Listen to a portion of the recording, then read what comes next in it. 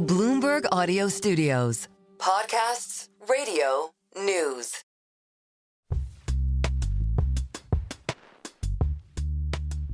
Hi, everyone. Welcome back to The Deal. I'm your host, Jason Kelly, alongside my partner, Alex Rodriguez. All right, Alex, I feel like, it's been 72 hours since I've seen you. It's like the longest we've gone in a couple weeks. Like, what have you been up to? What's going on?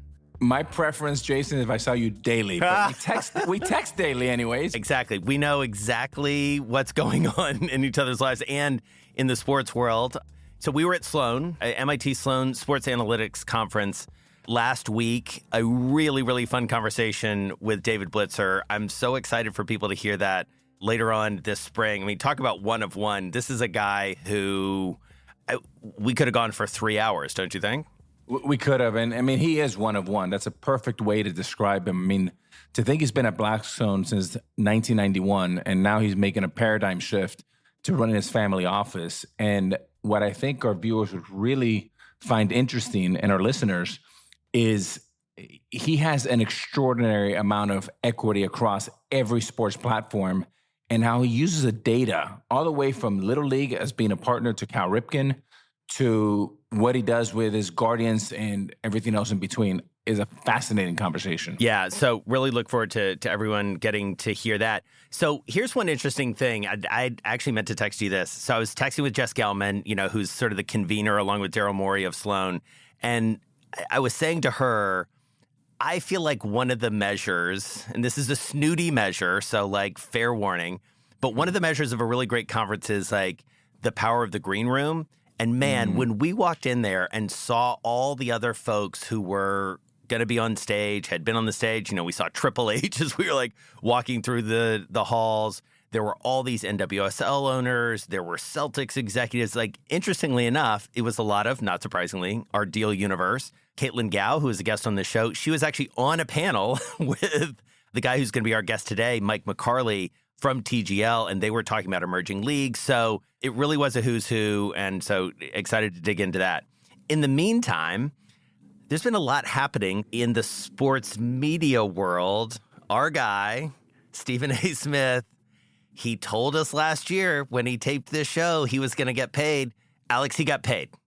He got paid, and he's worth every dollar. Look, the head of ESPN, Jimmy Pitaro, loves him, and for good reason. I mean, he is very, very compelling. Love him or hate him, you're going to tune in. He has very strong opinions. He's well-informed. Yeah. And my favorite thing is, I mean, when he walks into arenas, it's like Michael Jordan. I mean, there's a trot. He's a phenomenal talent. Yeah, so he's going to get $100 million, about $20 million a year. And what I found so interesting is I was sort of reading about it, talking to people. He told us when he sat down with us that, first of all, he was chasing the bag. He's unapologetic about that.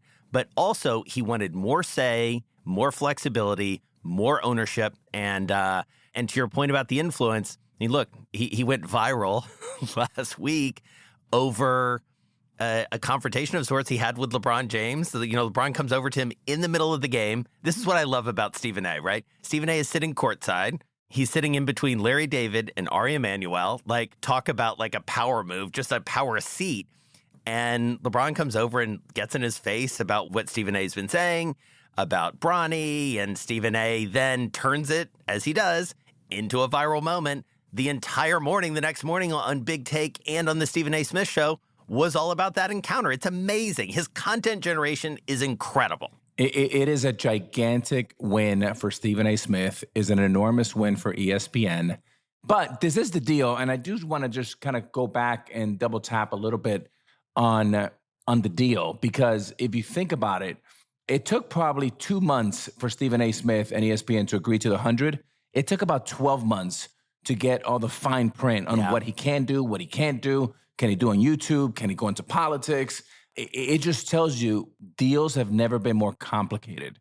And this is a perfect example of that. Yeah, and I'm glad you brought that up, because what the complexity speaks to is how multi-platform you have to be if you're going to be successful. Listen, I'm like going down the self-referential rabbit hole here, but it's like, think about this show. You can listen to it. You can watch it on YouTube. You can watch it on Bloomberg.com. You can read about it. You see it on social. We have to think that way Stephen A. has been thinking that way for a long time, and he is a businessman for sure. All right, speaking of businessmen, another guy familiar to our listeners, Dave Roberts, probably not your favorite guy back in the fall because he beat your New York Yankees to win the World Series. Of course, the manager of the Dodgers, Dave Roberts, is. He's getting paid as well, $8.1 million a year, a 4-year extension he signs. Tell me about the significance of that deal from your perspective. Well, I think, Jason, the power shift in sports, but I would say baseball is probably most synonymous with analytics. And they were going back to, Brad Pitt and Billy Beane, right? And Moneyball. If you go back to those days, I think Sandy Alderson, who was a mentor to Billy Beane, he had a guy by the name of Art Howe. And basically the front office message started back then a couple of decades ago, which was saying, we, the front office, have all the power. We were hired to be the voice of the team. We'll give you a seat at the table, but as long as you run the team the way we want to run it, analytics, R&D departments, you are our guy. And the days of Lou Piniella, Buck Showalter, Joe Torre being in charge, those days are over. And I think one of the things that Dave Roberts has done a beautiful job with is check the ego at the door, both his experience and his playing days, and really be a collaborator and really the lead.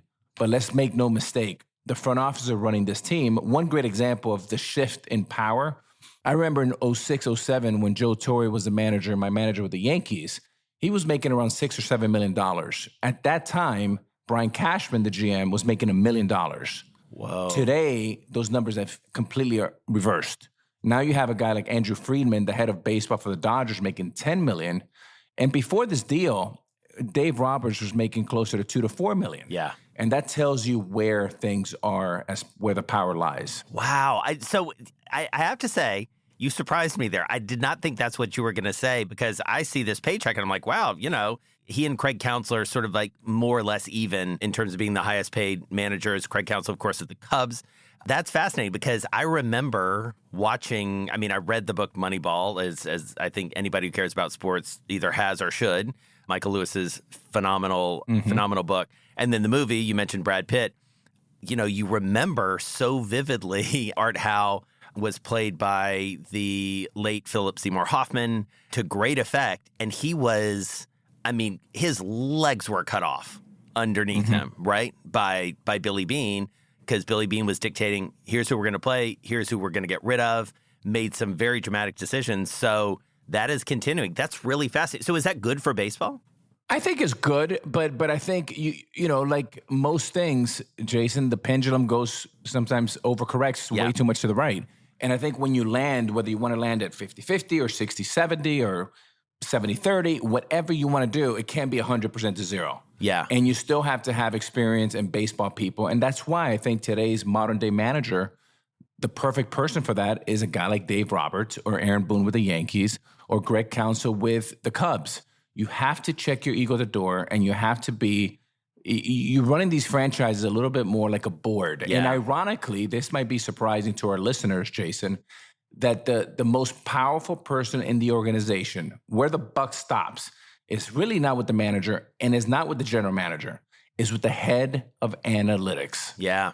Again, a dramatic shift. And you've obviously seen it. You see it, I would imagine, in basketball too. You and I run across you more than I in a more intimate way in your travels with some very powerful people, inside basketball teams, football teams, et cetera, who are the men and women who have the numbers. And if you have the numbers, listen, that's the whole basis. Going back to where we started, we were with hundreds of people at Sloan, at the business school at MIT. MIT is all about numbers. And the analysis that they're doing both on the business side and on the field, on the pitch, on the court, we've never seen anything like this before. And, we were talking to David Blitzer, again, he was talking about how much he uses analytics across his portfolio, and he feels like he's just getting started. So you do wonder, as the pendulum swings back and forth, where all of these sports land. And I would imagine, and here I'm leaning on your expertise across multiple professional sports, I guess the answer is different depending on the team and depending on the sport, right?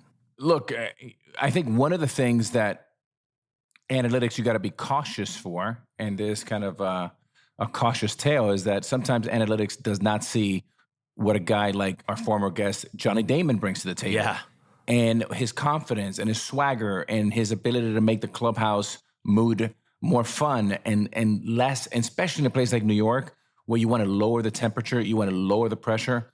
Guys like John Olerud, my former teammate, Johnny Damon, they may not be like the greatest players of all time when it comes to analytics, but when you combine what they bring to the clubhouse plus their analytics, they're world champions. And that's exactly what we did in New York with Johnny Damon. Yeah, that's a great example. And if folks did not see that one on your feed, you should definitely go back and listen to Johnny Damon. I mean, man, talk about one of one. If you made that guy up, no one would believe you. He's unbelievable. We even had our first political reference, which we weren't expecting by Johnny. True. We certainly did. We certainly did. I guess in retrospect, if anyone was going to do it, it was going to be him. So check that out. And also, if you're going back through the feed, check out our conversation with Stephen A. Smith from last year, because he lays it all out. He talks about the foundation of his argument that ultimately led to this big deal. And I went back and listened to some of it, and you knew exactly where he was going, and you knew that if he didn't get this number, and he essentially said it to us, if he didn't get the number that he wanted, which I think this was it, he was gone. And I think ESPN knew that. All right, coming up on the deal, the CEO and the co-founder of TMRW Sports, that's Mike McCarley. You know him best as the co-creator of TGL. You've seen it on TV. Maybe you've seen it live. We're going to chop it up with him and get into the business of golf. Stay tuned.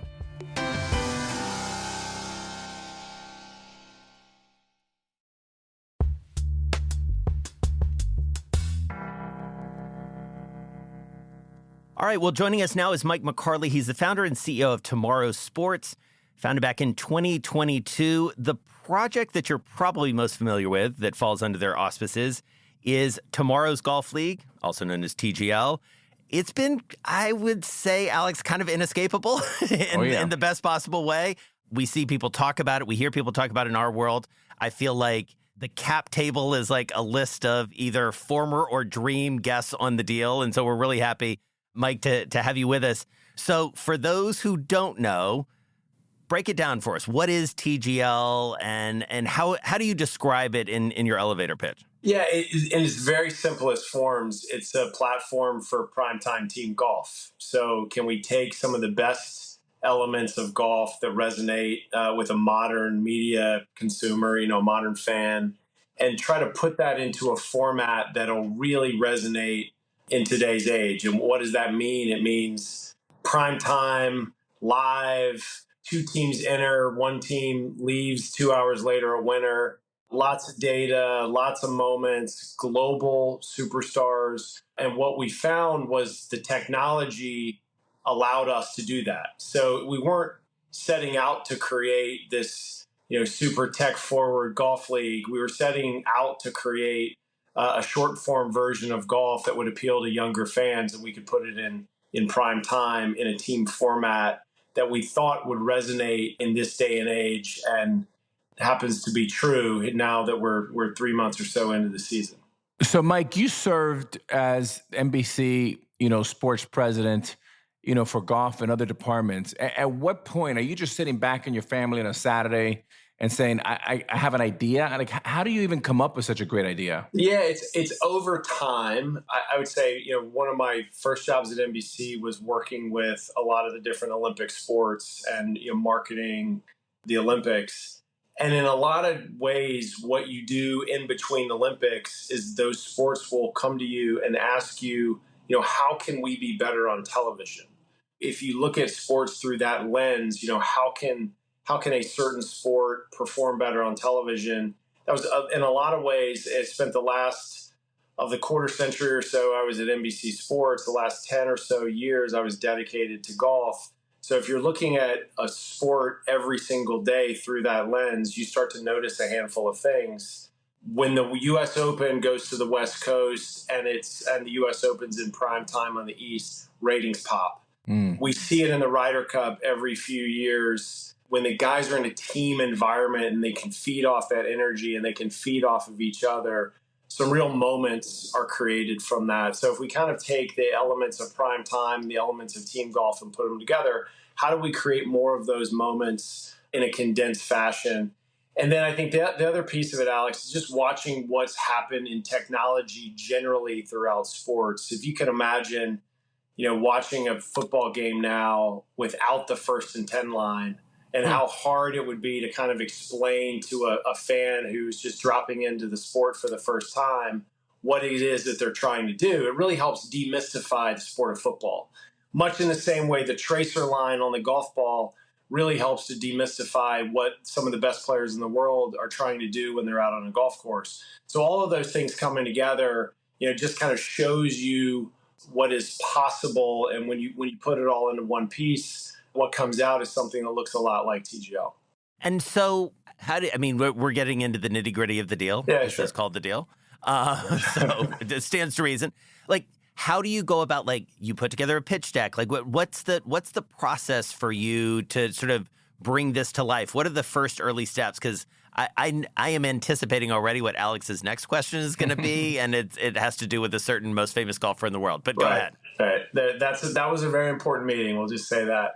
Leading up to it, you're noticing all these things that I just described, and you start to form a thesis, and then you start talking to people. And I was very close to Tiger and his team, and very close to Rory and his team, just being so involved in golf with NBC and Golf Channel.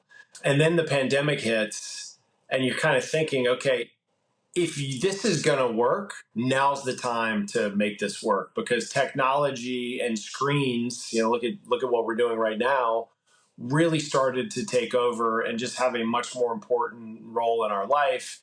And then you start to see, a lot of the tailwinds that are happening in sports with data coming in, more and more media opportunities from a live standpoint, and how that helps. Sports are really trying to keep the traditional media bundle together. So middle of the pandemic, 4 kids, homeschooled at home. I had my full-time job. My wife and I started kind of working on what this could look like. And then had a few conversations with Rob McNamara, who's really close to Tiger on his team. Few conversations with Ryan Dodders, who's the CEO of Full Swing technology company, and a handful of others, and just continued to ask the question, is this possible? Can you do this? And then eventually went and sat down with Tiger, and 90 minutes later, he just looked at me and said, look, if I commit to doing this, will you commit to doing it too? And at that point, I knew we were kind of off and running. Well, that's a great segue. Thank you, Jason. So Mike, I go back with Tiger when I first entered the major leagues at 18. We're about the same age. He was a freshman at Stanford, and that was when I first got to know him a little bit. One of the things about Tiger, if you know him, he has Warren Buffett type discipline, meaning that he says no to like 99 out of 100 things. How the hell did you get him to say yes? So I'm Tiger. I'm a terrible golfer, but I would like to pretend I can be a poser. Pitch to Jason and I how you got him to say yes. We'll build a venue within 30 minutes of your house. You drive over, you play for 2 hours, you drive home. You keep your same schedule on the PGA Tour. You keep your same prep for the Masters. You don't ever get on an airplane. You don't stay in a hotel. And if we do this right, there'll be, real money like you would make if you're flying all over the world, kind of wrecking a week or wrecking your body. And the reality is, these guys, for a very long time, golfers, it's a global game and they travel all around the world to play. And I think they always will. But you get to a certain place in your career and frankly in your life where you're a father, you've got kids, you've got soccer games, you've got other things. If you can have a way to monetize your time and create something that frankly can be a legacy business for you for decades ahead, it's going to get your attention. And I think it was a combination of a lot of things, but timing was a really important part of it. And so after that conversation... Wait, hold on, Jason. So Alex, how's that pitch? If someone would come... Well, it's great. I didn't want to hog the ball, but my second question was going to be a follow-up. Was why didn't you come to Jason and me? That's the second one. I haven't seen your golf games. Everyone has seen Tiger's golf game. We'll say that. I'll come back to you when we got a hard ball that's flying 100 miles an hour. That's fair. Listen, I can't speak for Alex, but if you had seen my golf game, that'd be a hard pass from your perspective. But I'm getting better. I'm trying my best. And so I would love to be in your head for that minute that you walk out of the meeting with Tiger. He's turned it around on you, right? And basically been like, if I'm doing this, you're doing it. What's the next step? What's the feeling? What's the first phone call you make at that point? And Mike, before you answer that, as you're walking in, I want to just piggyback off my partner, Jason. Handicap it. Are you thinking maybe 50-50? Are you nervous? Are you excited? Or are you just like, there's a walk in the park? No, it wasn't a walk in the park, but I think my chances were pretty good just because, we had done a lot of the pre-work in advance. I mean, Tiger's got a great team around him. Rob McNamara, Chris Hubman, Mark Steinberg, his longtime agent. Sure. And we had all, been involved in other projects together and had spent some time on this before. So I think, the next step was, one, me saying yes to that question, and two, calling Rory. And then within a couple of weeks, Rory was on board. And the plan all along was that the three of us would go to the PGA Tour and bring the PGA Tour on board as a partner. And, and that took, after that first meeting, a couple of weeks to kind of get Rory on board. It was a few phone calls. Rory and I had been involved in a few projects together. So, and he already had this thesis about embracing technology to really help bring the sport of golf into the future and kind of this digital future for golf.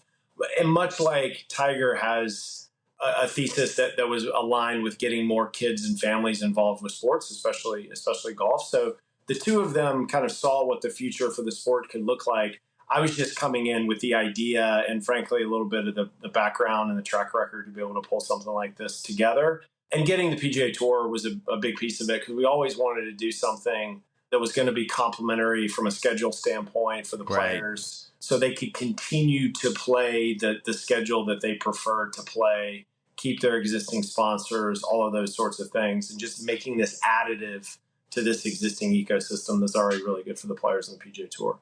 Talk us through building out the rest of the cap table, because, I sort of somewhat glibly said it at the top, but it's like, these are the people that Alex and I sort of know, admire. We think about these as the smartest investors, the savviest athlete investors who are out there. You're talking about Serena and Steph Curry, Fenway Sports Group, Stevie Cohen, David Blitzer, Mark Lazary. I mean, I could go on and on and on. Michael Strahan, Jeter, Eli Manning. What's the process through which you do that? Because people who are listening, who are entrepreneurial and thinking about an idea, are salivating at the prospect of having that sort of cap table. Yeah, I think it's a good question, and it's one that we get asked a lot. But I mean, I think at the very basic part of it is you've got a track record and a history in the sports business, and we all know it's a small world that we live in. I like to think that through the years I've developed a nice network of strong relationships, and you try to treat people well, all the way around.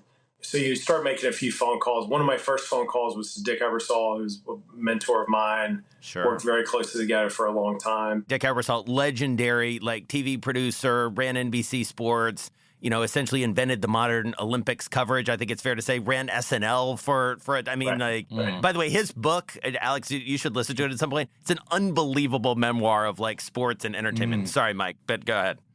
So yeah, that's a good point, Jason. So called Dick because I kind of wanted him to talk me out of it. I mean, I got 4 little kids at home, very good career. And he didn't. He said, I think it's a great concept. And if you can do, X, Y, and Z things and get those done, how big of a check can I write into this business to be the first investor? And it just kind of took off from there. And we started, I mean, you guys know, it's like you introduce a concept to somebody, and if they like it, they say, I'd like to introduce this to my friend so-and-so. Right. And it just so happens that we're working in a group of people where the friends that they have have all the capabilities and the wherewithal to be able to support something like this, and frankly, help make it fly. I mean, the team owners that we brought on board for TGL, having Arthur Blank, having Alexis and Serena, having Fenway Sports Group, having Mark Lazary, having Steve Cohen. I mean, it's been a really successful group of people to put together and to kind of be advisors as you're building a business for the first time. And that's not to mention Tiger and David Blitzer teamed up to own the Jupiter team as well. So you got 6 people around the table that can help you, build something. And for the teams that have really a portfolio that they can put this team in the middle of, from an operational standpoint, really help them move very quickly and accelerate their growth very fast.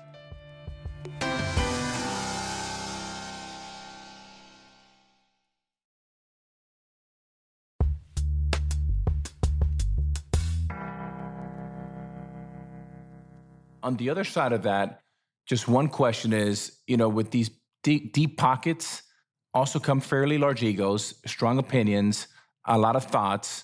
How do you manage that? And has your experience being a television executive kind of help you kind of bring this all together?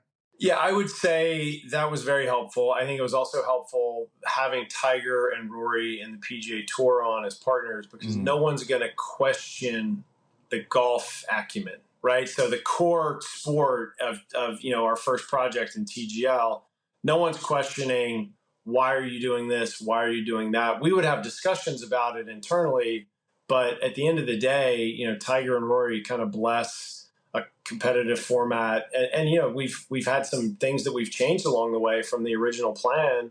And a lot of times, Tiger and Rory have said, I like this idea, and we will go test it. You come back and say, here's what the testing tells us, and then you kind of make a decision to move forward. But I think, managing egos, I think you have a general sense of, and reputation of who's going to be helpful, especially in the business at this stage, which is really important. The people who had been involved in startups before Arthur Blank's history with Home Depot alone, just understanding what it takes to pull something like this off and having lived it himself was really helpful. I'd like to think that because of the cap table we've put together, we're 1 or 2 phone calls away from, getting the best advice on almost anything in the world. So this has not, Mike, not been without setbacks. Obviously the arena itself essentially I don't know.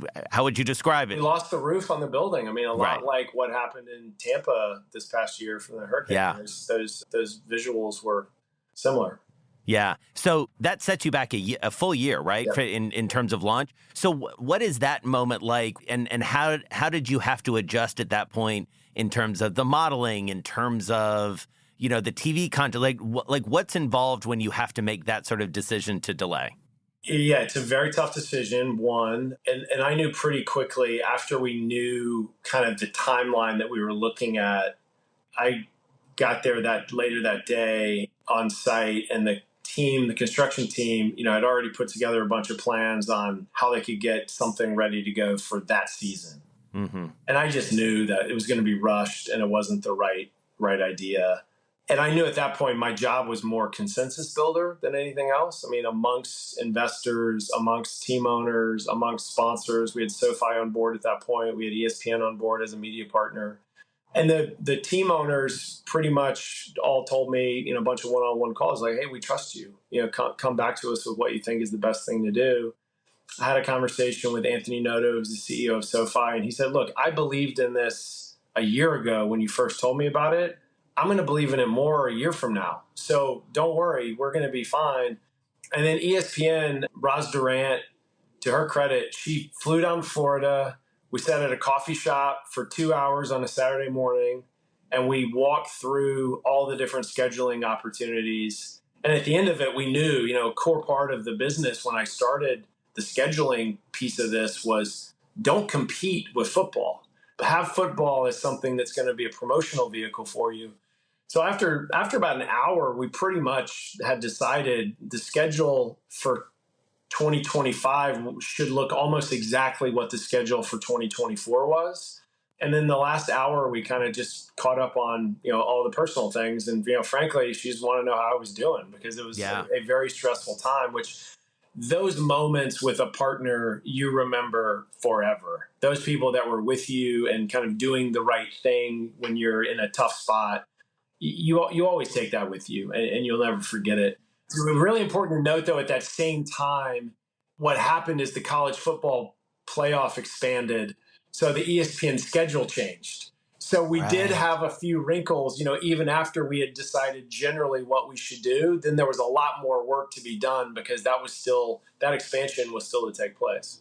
Was there a moment or more than a moment when that accident happened that you're like, okay, this may not work. Like this may not get off the ground? Maybe I'm foolishly optimistic, but over 5 years of kind of nothing but building this business full time, those thoughts never really crept into my mind. I mean, there were always, for me, there was no plan B.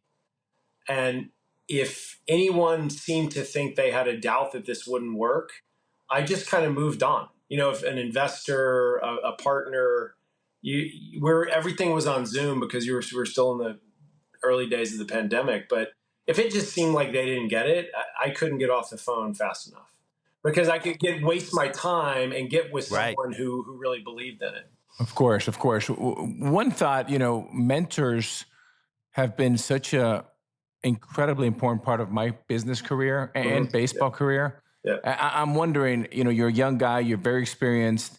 Obviously, what a competitive advantage to be on television with such a great company like Comcast, NBC for so many years. But wondering about more mentors that help influence your career and really have helped you think about this project in particular. Yeah, it starts with Dick Ebersol for sure. And then I spent really good time with Jim McKay when he came back and did his last Olympics in Salt Lake in 2002.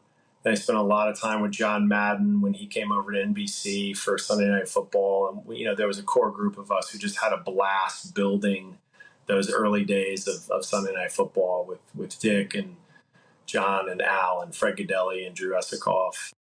And I would say when I came down, moved from New York to Florida, Arnold Palmer had founded the Golf Channel in the early 90s and was still here and wasn't really involved with the business that much. But I went to go see him and really just kind of leaned on him as from a history standpoint of not just that business, but golf on television, which if you kind of trace back the history of golf and the popularity of golf on TV, it was color television, the Masters, and Arnold Palmer in the early 1960s that really made golf on TV fly. And then, so you think about 30 years later, the guy gets on the front end of cable television and creates a 24/7 cable channel dedicated to the game. And he and I had long conversations about the future of golf, global, US-centric.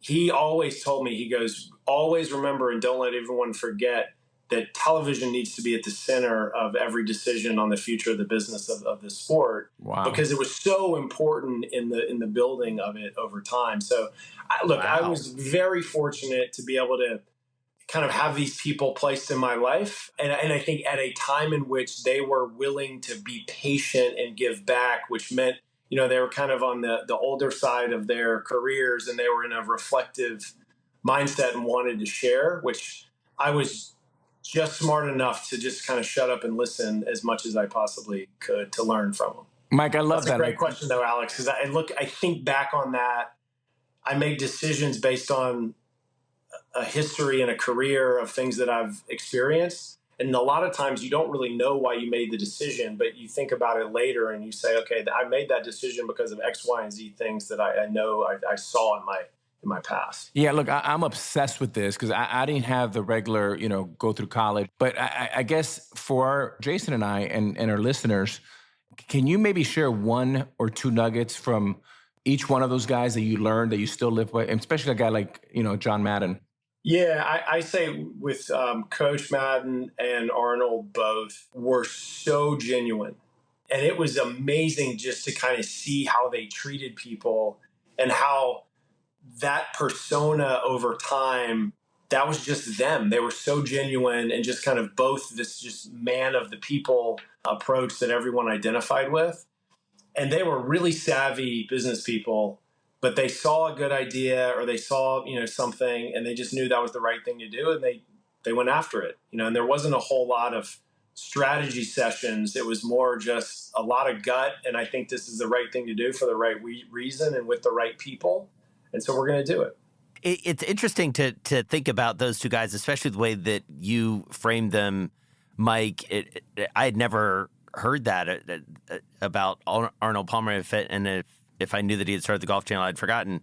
That's such a fascinating idea of him putting television at the center of the game, because that is not intuitive. That's not an obvious insight, to be honest. So you think about that, and then you think about John Madden almost single-handedly revolutionizing football and television, changing the style in which the content is delivered, et cetera. Talk to us about how not just those guys, but your whole career at NBC has influenced the television product for TGL, which, is central to its success. How are you thinking about it now? What are the early takeaways as you sort of move through this first season? Yeah, I think part of it is I kind of thought about in my career two big things at NBC that weren't golf were the Olympics and Sunday Night Football. Mm-hmm. And you work for 4 years, and the date of the opening ceremony, and you've got all of these things that you want to get done by that date. Much like the athletes are preparing to get everything done by that competition, and they got to be they have to peak for that competition. And if you don't get it done, you're waiting 4 years to try it again. And then you juxtapose that with a property like Sunday Night Football, and you can make improvements every single week. Some of them are big, some of them are minute, but over the course of a season, the first week's product compared to the last week's product better damn well be a lot better, and you make a lot of changes and a lot of improvements because of it. So with TGL, we had one chance to launch as good and as big as you possibly can. Check, we did that. And, we're creating a version of a sport, basically from scratch, trying to appeal to everything that a consumer in 2025 would want to latch onto. And then our job, and I preach this to our team every week, is continual improvement every single week. And it doesn't matter what area it is necessarily. Every area needs to be improving. I found this kind of concept that if you're not changing something, you're choosing that this is good enough. And I don't think any of us are ever signing up to be anything we ever do any day that's good enough. You always want to be able to make it better. And if you're not seeing things that can make it better, you're probably not doing your job. Wow. One of the interesting things that I saw as we were sort of pulling together, what's going on with you guys, you're bringing down the median age viewer is sort of coming down for golf, which is kind of key. I say this as a definitively middle-aged white man. I'm sort of the target audience. But what you really want is like my kids, my college-age kids watching this. So how do you continue to do that? And also, you mentioned something that I wanted to sort of double tap on, as Alex says, which is this notion of finding the right windows in which to put it on, both seasonally, but even like day of the week. It feels like that has been very deliberate. So talk to us a little bit about that. Yeah, look, the youth movement was really important, and it's something that we knew we could put together a lot of the concepts and ideas that we either knew or thought would translate into a younger audience. But you don't really know if you're going to get a younger audience until you actually see the data after you put your first few competitions on. And frankly, we were surprised at how young it was. And I was surprised at how young it got as fast as it did. It was almost immediately, first night, 52 years old median age, which is on par with the NBA, which Alex knows is one of the youngest sports, really the youngest major American sport on television. And then a large percentage, on par with the NBA as well, was in that advertiser coveted 18 to 49-year-old demographic. And the reason why we say it that way is because that's what advertisers are buying. They're buying that 18 to 49 with disposable income and spending habits that'll be kind of prove out lifetime value.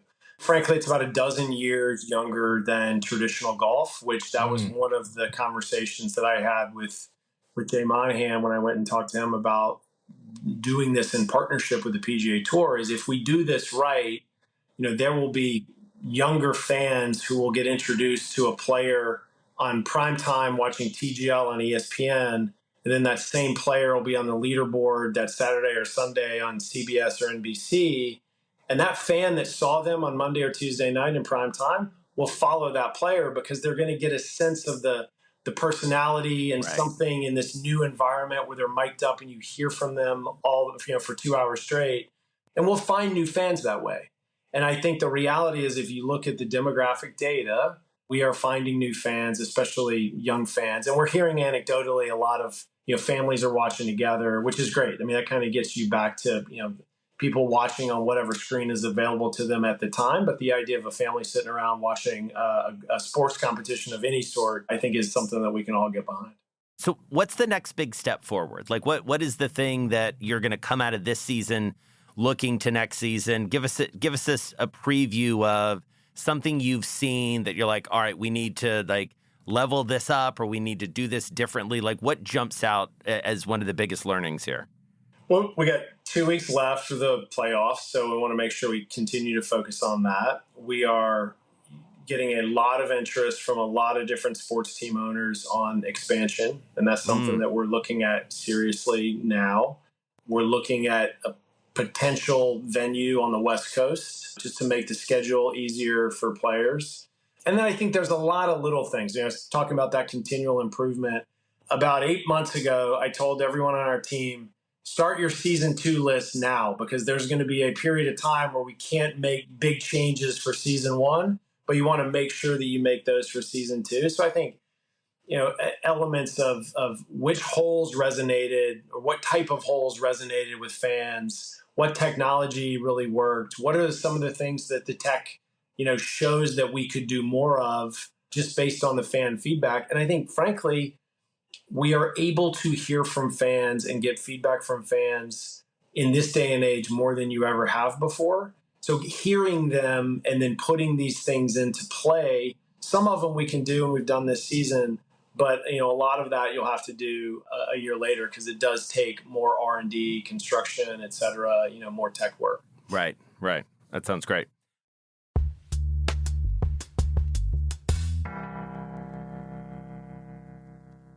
All right, so let's do the lightning round. It's 5 questions. We'll bounce it back and forth. Keep it tight, and we'll jump right in. What's the best piece of advice you've received on deal-making or business? Say please, say thank you. Who's your dream deal-making partner? Man, we got a lot of really good ones. I would say the team owners that we have around the table right now, for a lot of different reasons, they all bring something to the table for us. That's a pretty good lineup. What's the most nervous you've ever been? Asking my wife to marry me. I assume she said yes. So you have kids. She said yes. Favorite hype song before you go into a big meeting or a big negotiation? Or proposal, I guess. I grew up in Memphis, so I got a lot of music in my background. So anything that kind of puts me back near my roots, I would say, is probably the right vein. We need a song. Give me a song. So like B.B. King or Elvis Presley, like that sort of jam. I would go with some old blues or something with some big bass in it. Okay. I'm a big Rolling Stones fan, so you could hit a lot of Stones as well. All right, that sounds good. All right, and what's your advice for someone listening who wants a career like yours? You got to work hard. Just start working, show up early, stay late. There is no job that should be beneath you. You can get experience and learn something from pretty much anything that you're asked to do. You just got to be there and start rolling up your sleeves and do the work. All right. Well, Mike McCarley, congratulations on season 1 of TGL. It's been really fun to watch. I know Alex and I are eager to come see it live. So if not this season, next. And again, best of luck as this goes on, and hopefully, we'll become good enough golfers that, you'll hang out with us at some point. We have nets to cover up the LED, so you guys are invited anytime. Come and watch the match, and we'll get you to hit some shots.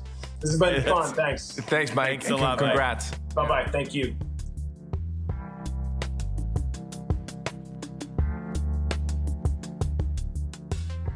The Deal is hosted by Alex Rodriguez and me, Jason Kelly. This episode was made by Anna Mazarakis, Stacey Wong, and Lizzie Phillip. Amy Keene is our editor. Our theme music is made by Blake Maples. Our executive producers are Kelly LaFerriere, Ashley Honig, and Brendan Noonan. Sage Bauman is the head of Bloomberg Podcasts. Additional support from Rachel Carnavale and Elena Sasangelis. Thanks so much for listening to The Deal. If you have a minute, subscribe, rate, and review our show. It'll help other listeners find us. I'm Jason Kelly. See you next week.